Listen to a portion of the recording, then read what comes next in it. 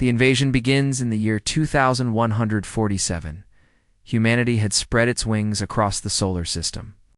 Colonies dotted Mars, mining operations buzzed on the asteroids, and research outposts orbited Jupiter's moons.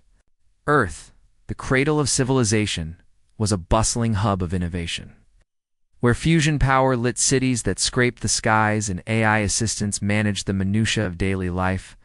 But complacency had set in. Wars were a thing of the past, replaced by diplomatic squabbles over resource rights. No one expected the stars to bite back. The Zorath Empire arrived without warning.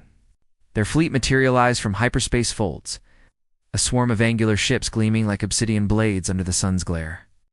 The Zorath were conquerors, a reptilian species from the Orion Arm, evolved on a harsh world of endless deserts and predatory megafauna. Their society revered strength, hierarchy, and the subjugation of lesser races. Humans, with their fragile bodies and divided governments, were deemed ripe for assimilation or extermination. Captain Alara Voss was on a routine patrol aboard the Unsentinel, a sleek frigate guarding the outer reaches of the Kuiper Belt. She was a veteran of the colonial skirmishes, with scars from laser burns and a cybernetic arm that hummed softly as she gripped the command console. Sensors picking up anomalies, her exo reported, his voice tense.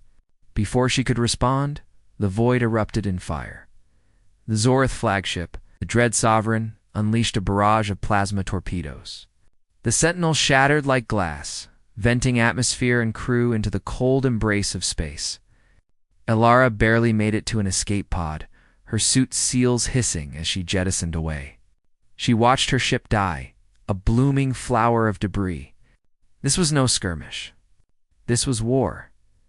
Back on Earth, the first signs were aurora-like lights dancing across the night sky hyperspace echoes. Then came the broadcasts, guttural alien voices demanding surrender. Panic spread like wildfire. Governments mobilized, but the Zorath were relentless. Orbital defenses fell in hours. Cities were bombarded from above.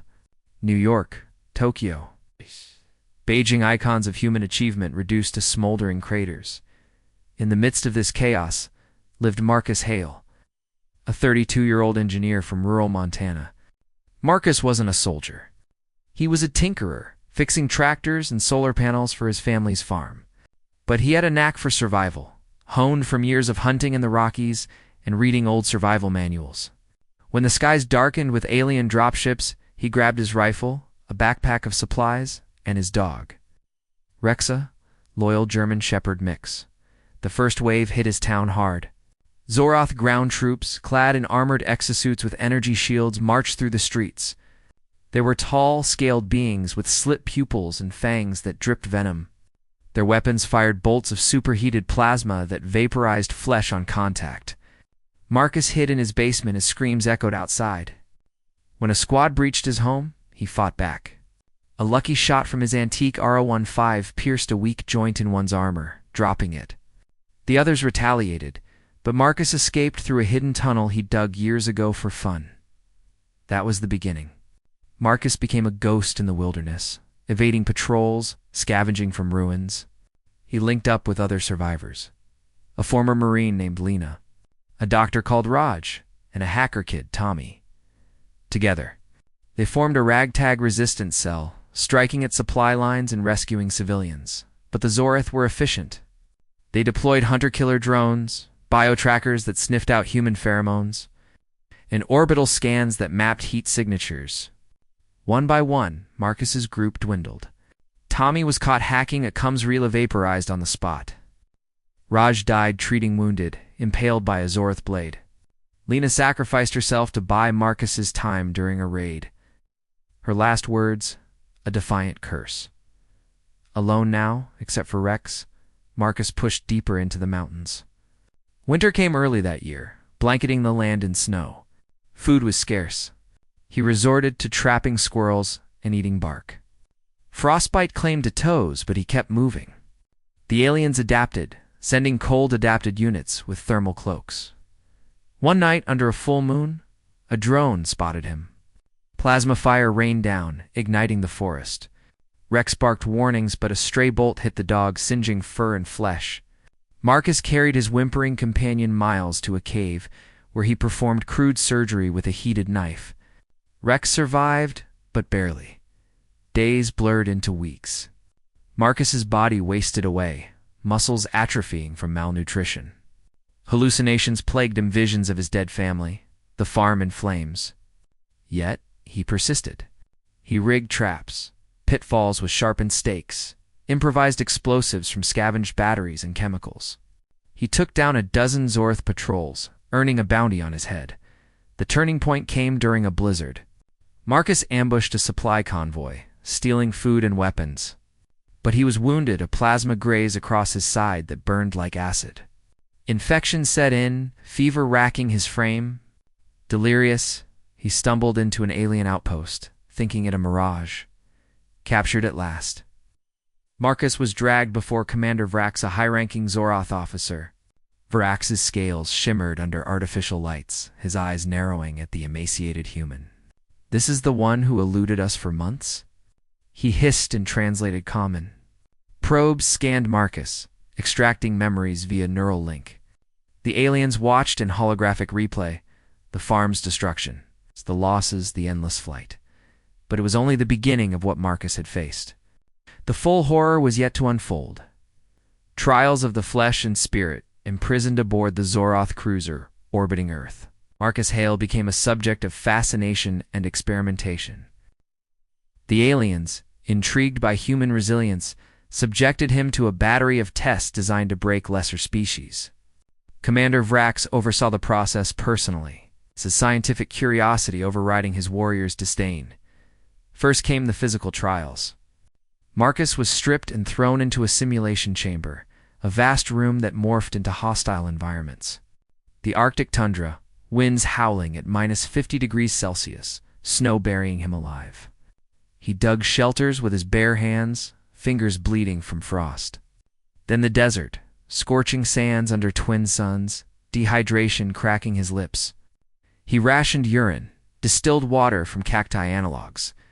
Jungle swamps followed, teeming with venomous insects and predatory beasts. A simulated serpent bit him, venom coursing through veins like fire. Marcus improvised an antivenom from local plants, his engineering mind piecing together chemical knowledge from half-remembered books. The Zorath watched, scales rippling in confusion. "How does it endure?" one technician muttered. Humans were soft, without natural armor or regenerative abilities. Yet Marcus adapted, his will a forge hammering weakness into strength. Pain thresholds were next. Electrodes attached to nerves delivered escalating shocks. Marcus screamed but didn't beg. Needles injected neurotoxins, inducing hallucinations of loved ones dying repeatedly. He whispered mantras: survive, adapt, overcome. The aliens noted his brain scans, endorphin surges, adrenaline spikes defying norms. Isolation came after. Solitary confinement in a pitch-black cell, no sound, no light, days, weeks, time dissolved. Marcus scratched calendars on walls with fingernails, recited pi to 1,000 digits, imagined chess games against himself. When released, he stood straight, eyes defiant. But the true horrors were psychological. The Zorath delved into his mind with psionic probes, forcing relived traumas. The day his wife died in a pre-invasion accident car crash, blood on asphalt. The invasion's first night, parents gunned down defending the farm. Rex's injury replayed in loops, the dog's yelps echoing. Marcus broke then, or so it seemed. Tears streamed as he curled fetal. But in that abyss, he found rage. He turned the probe against itself, flooding it with human history. Hiroshima, Holocaust survivors, Apollo missions. The feedback loop overloaded the device, sparking fires in the lab. Escaping restraints during the chaos, Marcus fought bare-handed. He choked a guard with chains, stole a plasma pistol. Alarms blared as he rampaged through corridors, freeing other human prisoners. A riot ensued, decks aflame with rebellion. Recaptured after killing 7 Zorath, Marcus was deemed too valuable to execute. Vrax interrogated him personally. Why fight when defeat is certain? The commander asked. Marcus spat blood. Because we're human. We don't quit. Experiments intensified. Genetic modifications. Alien DNA spliced to test compatibility. His skin toughened, eyes gained night vision, but rejection caused agony organs failing, rebuilt with nanites. He became a hybrid horror, yet retained his soul. Starvation trials. Weeks without food, body cannibalizing itself. He lost 40 pounds, ribs protruding like cage bars. Water deprivation followed, tongue swelling, visions of oases. Then the combat arenas, pitted against Zorath recruits, unarmed. Marcus used guile feints environment. He toppled one with an improvised tripwire from clothing strips. Bashed another's helmet with a rock. The aliens whispered of the unbreakable ape. Bets were placed on his demise. One trial nearly ended him. Vacuum exposure. Ejected into Space Sand's suit, he held breath, eyes bulging, skin freezing. Rescued after 90 seconds, he gasped back to life, lungs scarred. Through it all, memories sustained him. Childhood on the farm, stargazing with his father. The universe is big, son, but humans were bigger inside. They delved deeper into alliances formed in captivity. Marcus befriended a Zorath defector. Syrah, a low-caste scientist appalled by the Empire's cruelty. She smuggled food, taught him alien tech. Together, they plotted escape, but betrayal struck. Syrah was discovered, executed publicly. Marcus watched, chained, her blood staining the deck. Grief fueled innovation. He hacked his cell's controls using knowledge from Tommy, rigging an EMP from scavenged parts. Blackout hit the ship, chaos reigning. In the melee, Marcus freed more prisoners, arming them with stolen weapons. They seized a shuttle bay, launching toward Earth, pursued by fighters. Marcus piloted through debris fields, evading missiles with barrel rolls learned from sim games. Crash landing in the Amazon ruins, he emerged scarred but alive. The resistance had grown in his absence. Underground networks spanned continents, using guerrilla tactics. Marcus joined, sharing alien intel. Battles raged, ambushes in ruined cities, sabotage of landing zones. He lost an eye to shrapnel, replaced it with a cybernetic implant scavenged from a downed drone. The Zorath escalated, bioweapons releasing plagues tailored to human. DNA Marcus contracted one, fever-boiling blood. Quarantined, he willed survival. Body fighting back with mutated immunity from experiments. Recovery brought visions prophetic.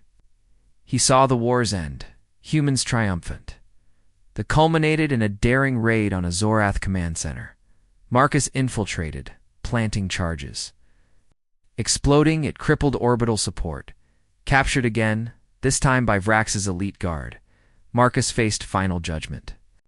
Revelation and reckoning aboard the Dread Sovereign.